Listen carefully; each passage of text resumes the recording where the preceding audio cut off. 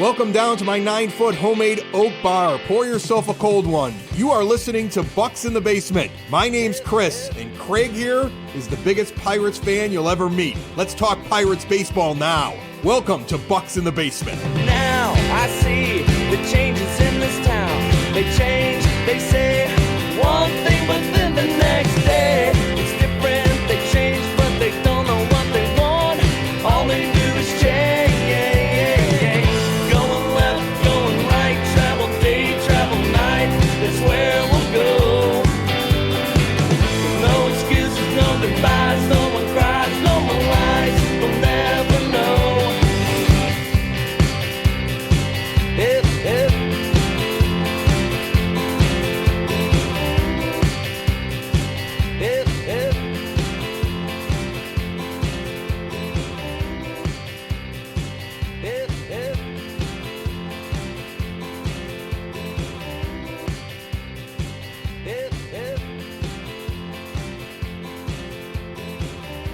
Are you still putting the video version up on the YouTube? Like, people are watching us right now? Not live. No. Luckily. But I mean, at some point, like, you sitting there on what looks like a vacation and me sitting here looking envious at you, somebody can see that, right? Yes. Okay, good. And if you do watch the video version, the intro song was cut off a little bit because I made Craig stop it and then restart it because my 18-year-old woke me up at like 6 o'clock in the morning the other day with a "Dad, I think I'm in trouble." And you can hear that right away. And she, it was very easy to figure it out, had an appendicitis. And I had to rush her to the emergency room. They did all the stuff. They took her appendix out. Now she's recovering. And I'm the only one in the house that can take care of her. Right. So it's like she just was yelling right before we started. So we had to pause, restart. She's okay now. Hopefully she will not yell the next half hour and I'll have to run upstairs from the basement bar to go take care of her. So I'm a caretaker now because that's what they do, Craig. Now they take a whole organ out of your body and then they send you home 90 minutes later because God forbid you have a bed overnight.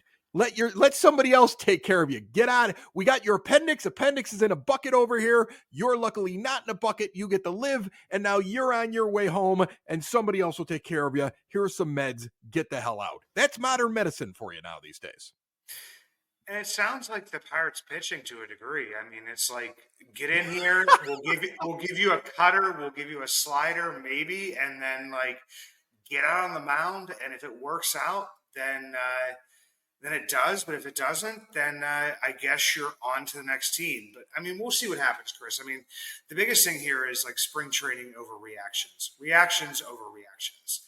This is the stuff that happens. It's pretty much, you know, if a guy goes, 5 for 15 with like 3 home runs, he's the next Willie Mays, Roberto Clemente, whoever it would be. And if he strikes out, 5 times during that, then he is jettisoned to the sun. I mean, it's very goofy. It's spring training, for crying out loud. Like here's how I look at spring training. I look at it as there's a group of people that you have expectations for that you expect to play on your team that year. You're just warming them up and their actual performance doesn't matter very much. And then you have the people that you're actually waiting to see, can they make the team? Can they steal a job from somebody? Like non-roster invitees. Those are those guys, right? Like maybe they steal a job. Maybe there's an actual competition where it matters. It doesn't matter for everyone though, right? Like if you're a rookie and you're down in the minor leagues and your timetable isn't exactly set yet, you can win a job, but you got to be, over your skis getting it. You're not anointed, so maybe you steal a job away. Otherwise, they have a pretty good idea of who the 26 man is. Like the perfect example is whether or not Jared Jones makes the team. It's interesting to me that Fangraphs now has started to list him as the 5th starter on the team, their projected one. That is a national thing. And, as much as I love Jason Martinez, he's been on this show before, sometimes he's right, sometimes he's guessing. What is your thought? I mean, Chris, the biggest thing on this is that, you texted me about this like right after there was some, writings in the newspapers and stuff about what could happen with Jared Jones. And I almost went to, I mean, I hate to say this. I mean, we have a Sox in the Basement podcast. I have a brother in law who is a big White Sox fan. I mean, we've seen Garrett Crochet. I mean, you could be good for 2 innings at a time. Anybody could be good for 2 innings at a time. I mean, not everybody, but a lot of these guys who are high leverage people can be good for 2 innings at a time. So, I mean, until I see him stretched out, and do I think that Jared Jones could be a good, professional baseball player? Absolutely. Do I think he's ready? I'm not actually sure yet because, I mean, I see a lot of stuff that I've watched with him in the minors where he was struggling to find the zone, was walking a lot of people, had a fairly high whip at times. So I think they're listing him because, I mean, you've got a lot of beat reporters down here, and I ran into a couple of them today, and I love the beat reporters we have down here. I mean, we've had them on the podcast. I mean, look at Jason Mackey. I ran into Alex Stump, who was with DK Pittsburgh Sports, is now with MLB.com. I love these guys, but you kind of get stuck in this vortex down here where you have stories that are kind of, I don't know if they're put towards you or if they're fed towards you, but there's only certain guys that you are allowed to talk to. And you ask, okay, is Jared Jones a starter? And they will say, you know, well, he's in competition. Anybody who has watched baseball or who has followed baseball, there are about, I don't know, 10 guys in competition. I mean, you have so many NRI guys. I just watched Chase Anderson go out and throw. You have Brett Honeywell Jr. You have, I mean, just name a guy, throw a dart, and they could be a starter. Jared Jones has performed well. That looks good for the team. But is that realistically something that will, I don't know, get you to your opening day roster? I mean, I don't know. I mean, it I think it's could. funny that you brought up. I think it's funny that you brought up Garrett Crochet with the White Sox as your comparison, and he actually is performing really well, and they're stretching him out. I think he's going to make the rotation. So maybe Jared Jones can make the rotation. I mean, here's the thing.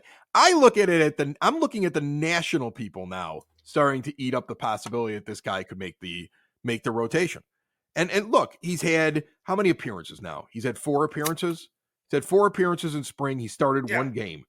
And over those 4 appearances, he only has 7 1/3 total innings. So you're right. What have you done to show me that he can go more than 2 innings? In 4 appearances, he's averaging less than 2 innings when he's out there. Yeah, I love the whip, 0.82.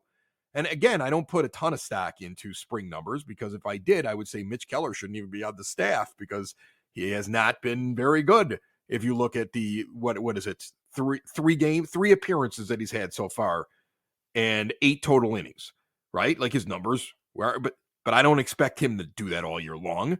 So like he's a guy who's just working stuff out. Here's my thing with Jones. I think that deep down in the end, they'll probably want to keep him down and make sure that they've got a good amount of innings that he can go out and he can pitch to be effective, especially when they have other guys that are on the 40-man or have been in the majors before that are showing some signs of life. I actually, Brent Honeywell, you brought him up. I find him really interesting. I mean, he's got 6 appearances, though. He's clearly a relief pitcher. He could make your bullpen easily, though, the way that he's pitching, because he's actually going out there and keeping guys off base. It's hard for me to find the 5th starter based upon what they're doing because nobody's got like more than 2 innings. Of all the guys that are the possibilities for that 5th starter spot, nobody's gone out there and pitched 3. Nobody's gone out there and pitched 4. Nobody's going out there and show me that like they're going to go out and grab that spot. The Pirates seem to be taking their time letting pitchers go a long amount of innings in a game. I went and looked at other Major League Baseball teams. There's several of them that have let some of their starting pitchers now go 4. That guys are getting stretched out quicker. Pirates are taking their time on it. So it is hard to figure out who's going to end up with that spot. And the Pirates have done this, I mean, pretty much since Ben Cherington's come in, is that it's basically like they slow play everything. And I mean, Chris, you saw who I drafted this year in our fantasy draft for my last pick, and it's not a bad thing, but like they've You let took Martin Perez. You took Martin. I thought that was hysterical. I was like, oh, there's a Pirates guy who's looking for big things from a no, new and acquisition. but people don't know that you can also use. He qualifies as a relief pitcher and a starting pitcher That is in true. our thing. That is So true. so I would go with that. But they've actually let him go more than pretty much anybody on the staff because I'm pretty sure they know what they have with him. I mean, of course, guys are going to come out and say, I'm working on this. I'm not throwing my maximum velocity. You actually don't know what's going to happen because I just watched a game today, Chris, where the Atlanta Braves brought, I mean, maybe Sean Murphy as a starter, like you know, in their opening lineup, but nobody else. So how can you Right. really judge like how the pitchers perform? I mean, Chase Anderson had a great start today, but I mean, Chase Anderson should have a great start against guys who Right. All you learn is if he gets blown up. If he gets blown up, you're like, oh well, no. Then he's got a problem, right? In a game like that, if he gets blown up, that's all you're actually looking for. You're right. It depends on the competition and where what kind of competition are they facing and how often do they have to go in there. That's the only way you're going to learn anything off a guy. And again, I think that you can impress in spring, you can blow a job in spring.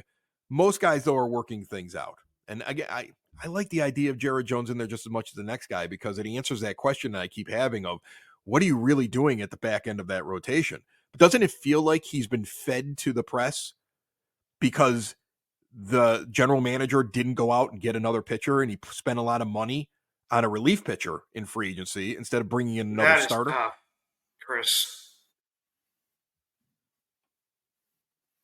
I mean, Chris, that's tough. I mean, we talked about this like on the side, like before this even came out. I mean, I think it was like right after Jared Jones' story came out of, that he was in competition for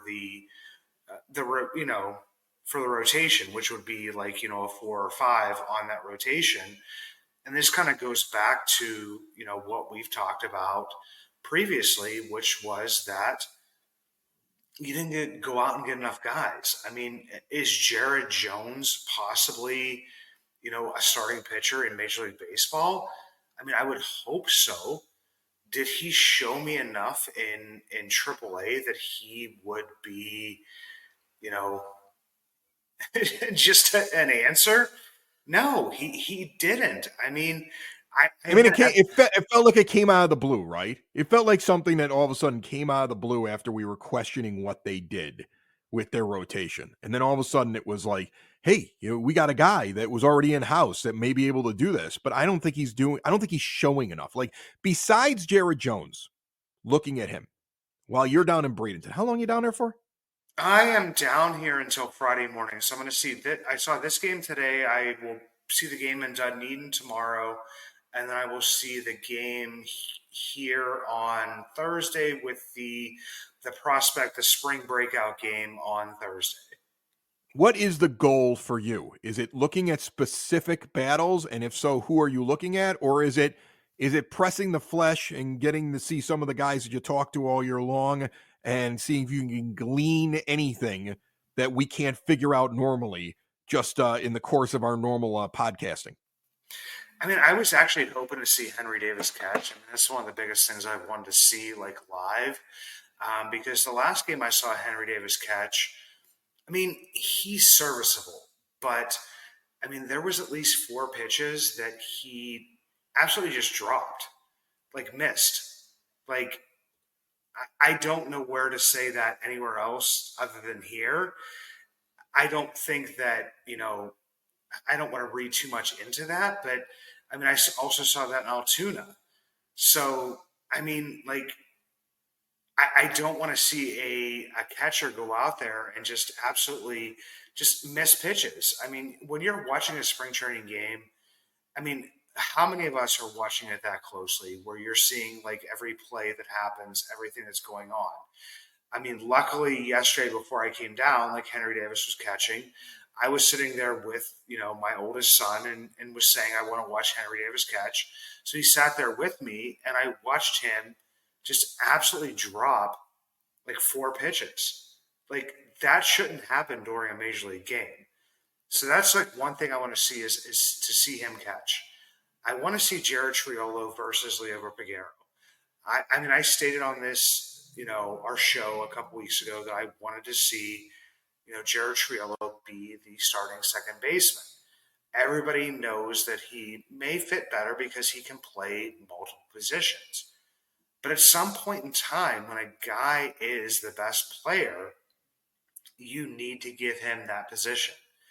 I mean, I've seen, Leo Pagero hit very well, during the spring training, but I've also seen him swing out of his shoes. Jared Triolo is not going to make a mistake at second base. He is going to get you those outs. He's going to do what he needs to do at that position. And that's the tough part about this, is because, I mean, we've been talking about this for like 2, 3, 4 years, Chris, now is, having guys get the at-bats that they need, whether it be at the major league level or AAA.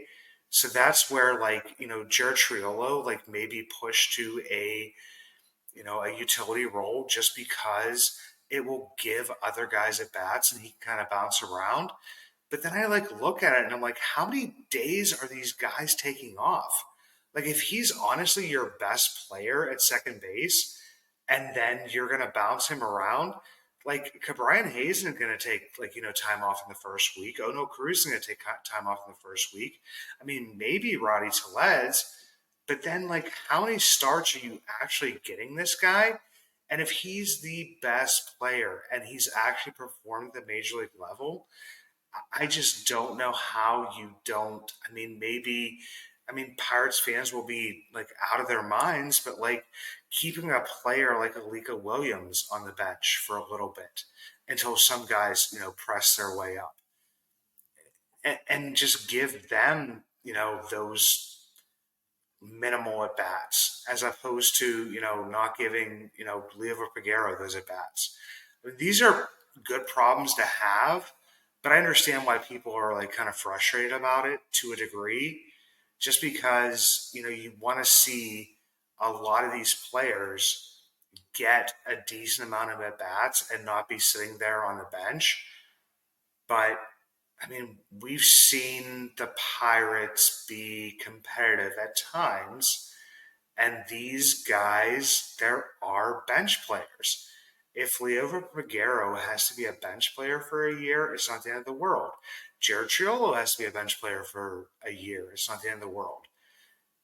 You have to play your best players at some point in time.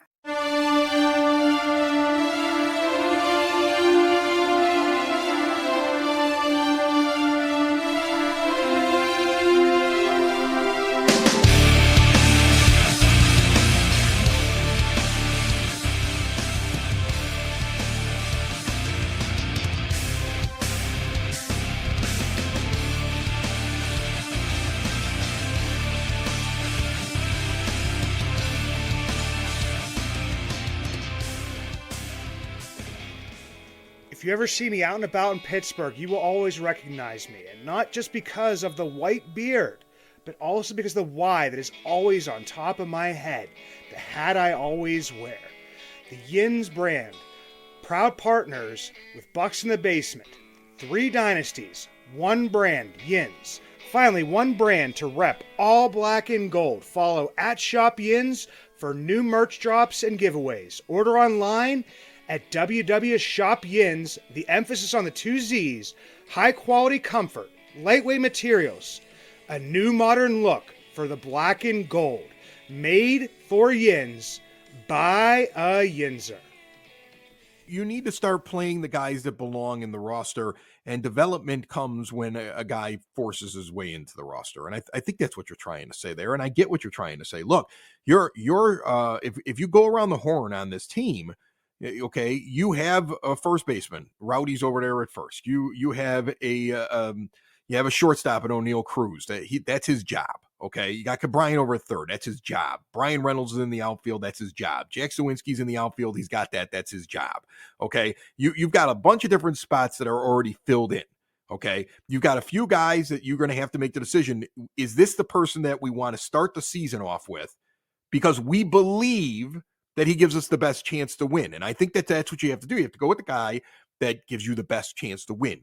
Development has been what's been going on for the last couple of years. I don't think you give at bats to somebody who's not ready yet because you want to waste 200, 300 at bats, 50, 60 games sitting around and waiting to see if they become something. I think at this point, the guy should be able to, like, if you have a person that's earned it, then by all means, you're going to give them that time. They fail. Okay. But it should be the person that's earned it. And I think that's what you're trying to say here. It should be the person that's earned it because the Pirates should be competing this year. It's a winnable division. It's a division that you can go in there and you can make some hay in. Again, this is what comes back to me being disappointed you didn't go out and add another pitcher to this rotation. Another professional pitcher in this rotation makes this team a far more viable contender. There's too much. They're on the fence too much between development and competing this year. I think this will be a maddening season because you're not going to be able to figure out what the motivation is for things that they do. Is it development because you're ahead of schedule, as we've heard Ben Cherington say, or is it competition? You know, the marketing department's going to tell you competition because they want you to buy seats. What's the GM actually doing? When Derek Shelton's making a decision in game, is he making the decision to win the game, or is he making the decision to develop the player? And this is like this weird limbo type season, it feels like to me. And I don't think it should be that way. I think you should be trying to go out and win at this point. I think you have pieces to go out and play the game and try to win. And if somebody's good enough, they'll break their way into the rotation or break their way into the lineup and they'll earn the job and then you go with them. But I do have this sneaking suspicion it's going to be one of these weird seasons where you're going to be unable to tell what's the real motivation behind how they're making decisions in game and how they're making decisions with the roster. Yeah, and they said they would compete this year, which is, I mean, I don't want to get frustrated. Like I try to. Everybody says they're competing. Everybody says they're competing. Okay, I mean, everybody says they're competing. You mentioned the White Sox earlier on. That team has the lowest payroll they've had in the last 6 years, and all their marketing is that they're competing this year. Nobody in their fan base believes that. You know, everybody in baseball is competing right now in spring. They're telling Angels fans, "Don't worry, we're going to win. We got rid of Shohei, but it's our year." You know, everybody's competing. Look at the Yankees right now. They lost Garrett Cole. I think they've lost him. It isn't official yet, but I believe they've lost him. Oh, it's going to be. I think it's going to be official. Right. I think it's going to be official very soon. Aaron Judge's stomach's all messed up. They've already got so many holes in their lineup, and they're still trying to convince Yankee fans they're competing. What are you competing for? The last wild card? Because that's probably your best shot in that division right now if you're the Yankees. Okay? But they're telling everybody they're competing. So I expect the Pirates to say they're competing. This fan base would be furious if they weren't trying to compete at this point. We saw growth last year. The problem is the owner didn't give enough money, first of all, to be able to compete. At this point, you should be able to field a competitive team while the developing players are moving their way in to your team, into use, onto the 26 man, onto the starting 9. Okay, that development can still continue as your window opens up and hopefully stays open for years and years and years. Okay, but there wasn't a full committal by the team. The team didn't fully commit to that. Okay, the team stopped short. They didn't invest the dollars, and I'm not talking that they needed to invest another $50 million. Another $20 million rounds off this team pretty well. Another $20 million still keeps you well in the bottom half of Major League Baseball payrolls. And another $20 million should have been completely doable. And if that wasn't coming, you didn't need to go out and pay $10 million for a relief pitcher this year because you had more glaring needs. So there is a problem with the way that the team committed their funds. There's a problem with how the funds were spent. And I think that that's going to be like, it doesn't mean that the rebuild is ruined. It doesn't mean that they're not going to be better in later years. It does make me temper my expectations slightly compared to what I had at the beginning of the offseason, because this is a free agent market in which, let's be honest, there is still talent out there trying to find a home. You could have played every free agent you wanted to and gotten them at the right price. So you can't sit there and say, well, talent was eaten up or they just didn't want to come to Pittsburgh. There are guys right now begging for Pittsburgh to call them and give them a reasonable offer because they don't have anywhere to go, and it's the middle of March. So that's where my confusion, my concern, that's where it leads with this team, because you do have some nice young stars. You do have an awful lot of potential. You could do something this year. And I'm not saying that they won't make a trade midseason with some of the capital that they have and that they might not be able to add in the next offseason, but it just feels like they weren't in 100% on winning a division this year. Their decision-making seems to be more of, well, let's add a few pieces, but we're still not there yet. And I look at this division and I say, well, who is there? Who is so world beater in the National League Central that you're afraid to invest another $20 million, spend the money in the proper way? And if you weren't trying to win, why is Aroldis Chapman on your team for $10 million? Right? I don't know what he brings. Chris, that bothers you, brother. What I mean, it bothers? I'm sorry. It bothers the hell out of me. You don't need Aroldis Chapman at $10 million if you're not competing for the postseason. Okay? It is a weird spend of your money when you don't have all the starting pitching you need. It is a strange decision to go and get him. Like, you go get an Aroldis Chapman for $10 million when you're finishing off a team's construction. Not at this weird, it's such a strange thing with all the other starting pitching that's sitting out there. And starting pitchers, Lance Lynn was $10 million to go pitch for the Cardinals. Now, I think Lance Lynn is done. He's a launching pad. He throws 3 different kinds of fastballs, and you can only fool Major League Baseball for so long with that. It's not like you got a lot of variation. But there are pitchers out there right now who have not found a home who are going to take less than what Lance Lynn took in a prove-it deal, and they should be sitting in Pirates camp right now. And maybe I'm just uninformed. Maybe Ben Cherington's got about 4 of those deals sitting on a table, and he's telling somebody, like, look, when you're ready to sign for $8 million, I got it. Come on in, right? But I just look at the Chapman deal and I go, it's such a weird thing. If you were in enough to go get him and spend that money, why wasn't there a little bit more money spent to round out the roster? If you weren't going to get all that money, why was it spent on him? It could have been spent on something else. Why does it feel like we're halfway in? We have 1 foot in and 1 foot in development. That isn't going to accomplish anything this year. And it feels like a waste of resources. No, we have a toe in the water and we're testing things. And I don't know if, and here's the thing is I hate that because I don't know if this is like, the Pirates can always back off and say this is like a weird free agency year, because it is a weird free agency year. It's different than anything we have ever seen. I mean, it's because the owners are colluding. The owners are colluding. I'm sorry. Some of the players are already talking about it. I completely believe it. There's collusion all over Major League Baseball. I will preface this with allegedly, and I'm a guy who wears a tinfoil hat, so nobody will get all whipped up on it. But I think anybody with a brain looks at some of the things that are going on. Like, the American League Central doesn't have one team that's in the top half of Major League Baseball spending. Don't tell me all those owners aren't on the phone with each other saying, let's all stay here.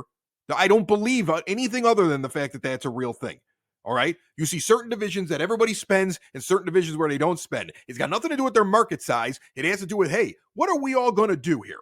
You've got the guy from the Dodgers. Is it Enrique Hernandez? Do I have the right name? He was just on.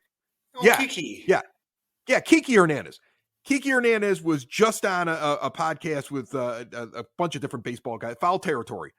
And he immediately said, I got like 3 of the same offers at the exact same time from 3 different teams. They all said the exact same thing. There was barely any wiggle room whatsoever. Nobody came in with anything different. It was as if they all talked ahead of time before they offered me a deal.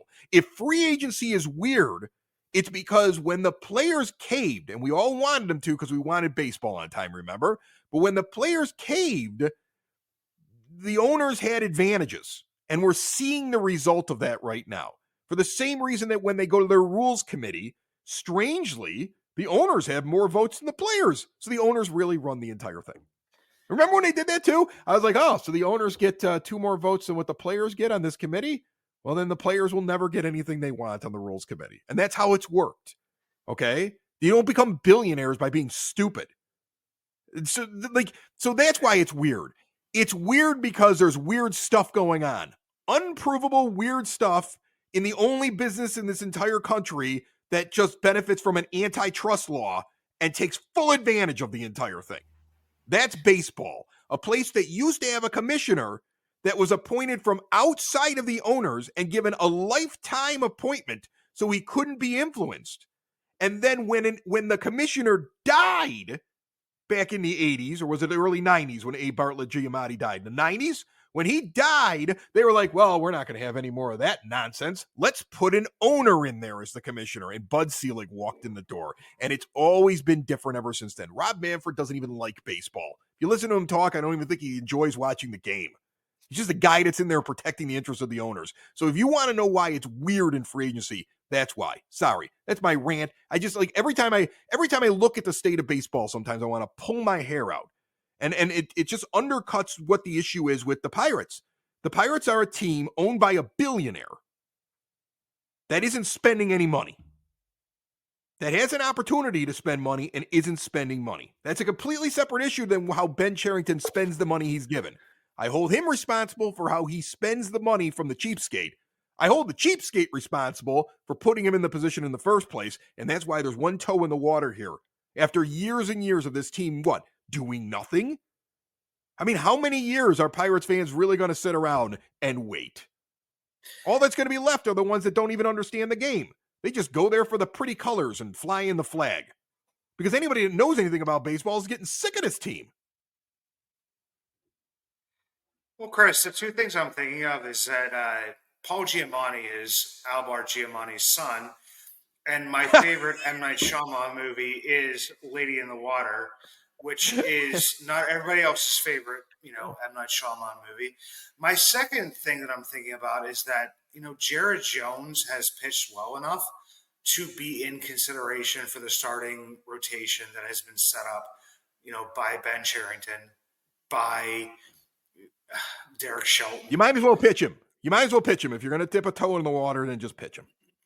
I mean, let's go get that guy that lifts the weights in Lady in the Water and gets him he has that giant arm. He lifts one arm. I mean, let's just make that Jared Jones, right? All right. Well, you've lost me. You've lost me with the obscure M. Night Shyamalan movie reference here at the end. You've lost me. I'm lost. I mean, Chris, I think I turned that movie off. Halfway through. That movie was so weird. No, that movie's amazing. Lift the weights, Jared Jones. Lift the weights.